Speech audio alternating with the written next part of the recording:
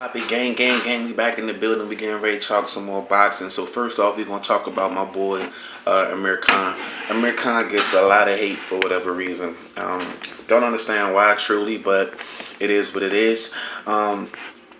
Just looking at a couple comparisons, they says talk about Amir Khan possibly fighting Keith Thurman in April, which would be a good tune-up fight for Keith Thurman. But I don't think Amir Khan is somebody that you necessarily need to sleep on, and I'm gonna tell you why.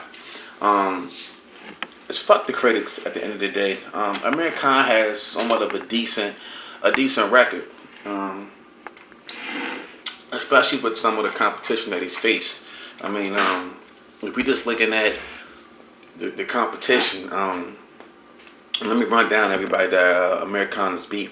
Amir Khan has beat Chris Algieri. You know, when Chris Algieri was being hyped, you know what I'm saying? He beat Devin Alexander. He beat Luis Collazo. He beat Julio Diaz. He beat Carlos Molina. He had a good fight with Lamont Peterson. Had a great fight with Danny Garcia. He beat Zab Judah. He beat Marcos Maidana. He beat Paulie Malignaggi. He beat Dimitri Salita. He beat Marcos Antonio Barrera. Like, the dude got a resume. Amir Khan has a resume. As much as people like to hate on Amir Khan, and let's not forget he went up in 2016 to fight Alvarez. You know what I'm saying? You know, Canelo. He went to fight Canelo. I mean, regardless if he got knocked out or not, I mean, the dude still went up. Basically 2 weight divisions, really. I mean, though he fought at welterweight before. He's still a smaller guy. Let's remember that. And he still went up to fight Canelo Alvarez, regardless if he got knocked out or not. I mean, we see what happens when fighters move up 2 and 3 weight classes trying to be great. I mean, look at Rigo. He moved up and he got his ass tore up. I wouldn't even say tore up. He just lost. You dig what I'm saying? But Amir Khan is nobody that you should sleep on by any means. And he has a good resume. Is he active enough? No. Hasn't even fought at all this year. And only once last year. But you can't take credit away from what the man has done. The man has had some great fights. And I think that once he comes back, if he comes back and he fights Keith Thurman, that Keith Thurman cannot, take Amir Khan lightly.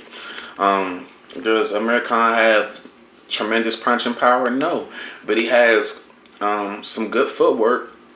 And he has tremendous hand speed. The boy hands is fast. Like, you got to admit, even in the Canelo fight, the first, 3 or 4 rounds, it was kind of like, oh, damn, Amir Khan might do this. You dig what I'm saying? Like, he was getting in and out. That the hands was quick.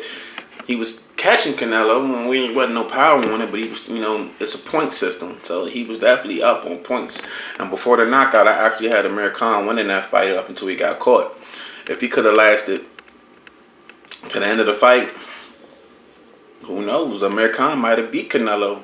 He might have beat him. We don't know. We just don't know. But at the end of the day, if he comes back and fights Keith Thurman, I'm looking forward to seeing that fight. I think Amir Khan doesn't get enough recognition that he deserves. I do feel like he should fight Kell Brook. That'll be a big fight over in the UK. I don't understand why that fight hasn't happened yet for whatever reason, but that'll be another good fight, a big money fight as well. And it'll be a good return fight for Kell Brook. So, open topic gang. We in the building. We got more videos coming. It's early in the morning. I know I look tired as hell, but I got to put these videos out. I got a busy day ahead of me. Don't forget to like and or subscribe when you're in the building. Gang shit, yeah.